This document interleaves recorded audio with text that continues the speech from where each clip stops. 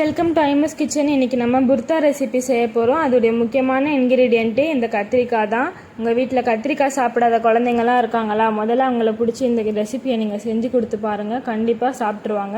ஏன்னா இந்த ரெசிப்பியில் கத்திரிக்காயே அவங்க கண்ணுக்கு தெரியாது.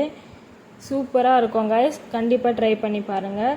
கத்திரிக்காய் நறுக்கி நான் தண்ணியில் போட்டு வச்சுருக்கேன். அதுக்கடுத்து பச்சை மிளகா, கருவேப்பிலையே எடுத்து வச்சுருக்கேன். ஒரு பெரிய சைஸ் உருளைக்கிழங்கையும் வெட்டி வச்சுருக்கேன். அதுக்கப்புறம் 2 தக்காளி எடுத்திருக்கோம். தக்காளி ஒரு சைஸ் பெரிய தக்காளி, ஒன்று குட்டி தக்காளி எடுத்து நறுக்கி வச்சுருக்கோம். 5 பல்லு பூண்டு, அதோடைய தோலையும் உரித்து வச்சாச்சு. ஒரு கைப்பிடி சின்ன வெங்காயம், அதையும் தோல் உரித்து வச்சாச்சு. நல்லா குக்கர் நல்லா சூடானதுக்கப்புறம் எடுத்து வச்சுருக்க எல்லா கத்திரிக்காயையும் இதில் சேர்த்துடலாம். உருளைக்கிழங்கையும் சேர்த்துக்கோங்க. இது 1 பாட் ரெசிபி மாதிரி எல்லாத்தையும் நம்ம ஒன்றா போட்டு தான் செய்ய போகிறோம். அதுக்கடுத்து தக்காளியும் இதில் சேர்த்துக்கலாம். சின்ன வெங்காயம், பச்சை மிளகா, கருவேப்பிலை, அது கூடவே வெந்து வர்றதுக்காக தண்ணியையும் சேர்த்துக்கலாம். இப்போ நம்ம மசாலாவையும் போட்டுக்க போகிறோம்.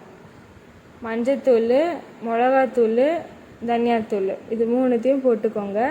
இது நல்லா வெந்து வரட்டும். அதுக்கான நம்ம உப்பையும் லாஸ்ட்டாக சேர்த்துக்க போகிறோம். இந்த ரெசிப்பியை என்னுடைய கொள்ளு பாட்டி செய்வாங்க, அதாவது என் அம்மாவுடைய பாட்டி செய்வாங்க. இது நாங்கள் சின்ன வயசில் நிறைய இந்த மாதிரி ஒதுக்கி வச்சுருவோம். காய்கறிலாம் சாப்பிட மாட்டோன்றதுக்காக இந்த ரெசிபி செய்வாங்க. இதில் ஒரு ட்விஸ்ட் இருக்குது. என்னதுன்னா, கடைசியில் யாருக்குமே கத்திரிக்காய், தக்காளி, வெங்காயம் எதுவுமே கண்ணுக்கு தெரியாது. இது போட்டு நம்ம 2 விசில் விட போகிறோம். நல்லா ஆவி வருதான்னு செக் பண்ணிட்டு விசிலை போட்டுருங்க. இது பார்த்திங்களா, ஏதாவது கத்திரிக்காய், தக்காளி ஏதாவது தெரியுதா? எதுவுமே தெரியாது. ஏன்னா நான் மற்ற வச்சு மசிஞ்சிடுவேன். வீட்டில் சேட்டை பண்ணுற குட்டி பசங்களாம் இருந்தாங்கன்னா அவங்களுக்காகவே இந்த புர்தா ரெசிபியை நீங்கள் செஞ்சு கொடுத்துடலாம். கண்டிப்பாக அவங்க சாப்பிட்ருவாங்க.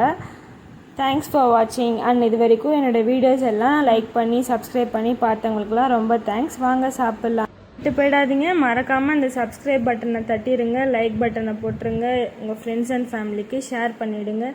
இது வரைக்கும் என் வீடியோஸ் பார்த்ததுக்கு ரொம்ப தேங்க்ஸ். பாய்.